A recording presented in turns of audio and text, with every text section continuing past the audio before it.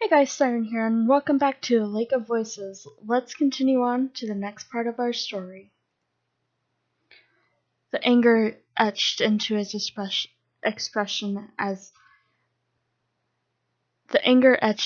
expression fades into sadness.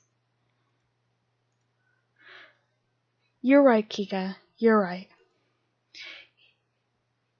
He weakly swats his hand in front of his face as if he's trying to shoo away his racing thoughts.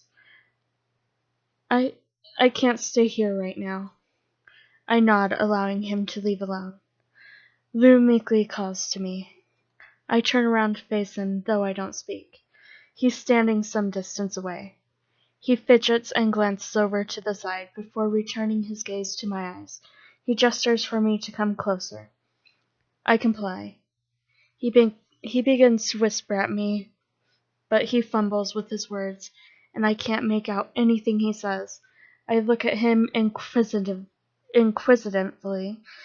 Finally, he speaks up, enough to be clear. I'm sorry for what happened last night.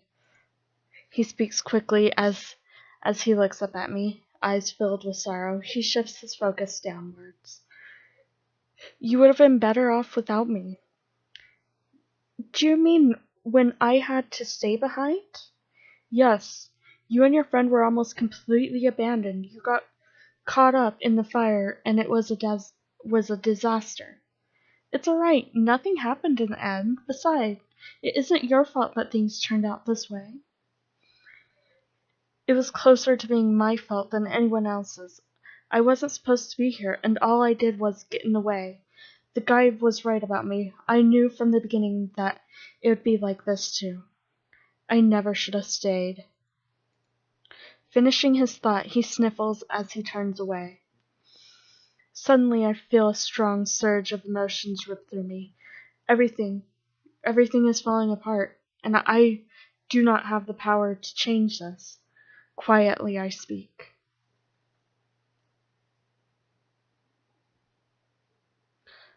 I don't know. Lou continues walking away from me, but I do not catch him flinch at his statement. I assume he heard me, though he decided it was best not to acknowledge it. I look away from him as he retreats, lingering only for a moment. I start following the trail Bemel took. It doesn't take him long to notice I'm there, and he slows his pace so I can easily catch up. We follow in step for a short while, neither of us speaking. Eventually, we come to thick stand of trees and wordlessly weave our way through the branches. Once we're hidden by the foliage, Bemel leans against the tree trunk, head hung low. Negativity radiates off him, but I don't know what I should say. Fortunately, he breaks the silence. I apologize for back there. I nod firmly. His reply isn't unexpected for as long as I have known Bemel. He has a tendency to let his temper flare. I regret it later, after processing his thoughts. I know that dealing with these sorts of situations calmly is part of the job, but I cannot tell myself everything is fine, or that none of it matters. Sure, I can feel something without it being anger, but I have not figured that out either. Rather than speak, I try to listen as supportively as I can, while Bemel continues to argue with himself.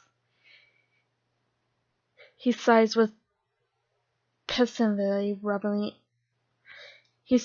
while rubbing the bridge of his nose.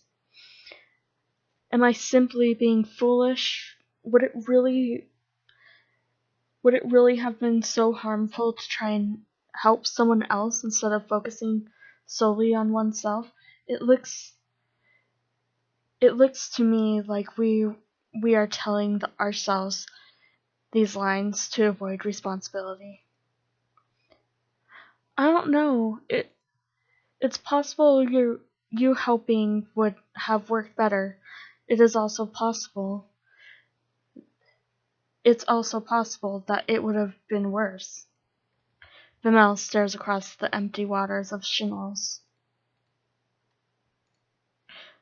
I want to be clear that I have not yet forgotten that those people across this lake are depending on us, not for a moment, but would they want us to be so focused on them that we should turn them a blind eye to others right in front of us?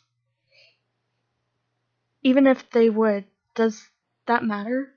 We are more than weapons. We are people.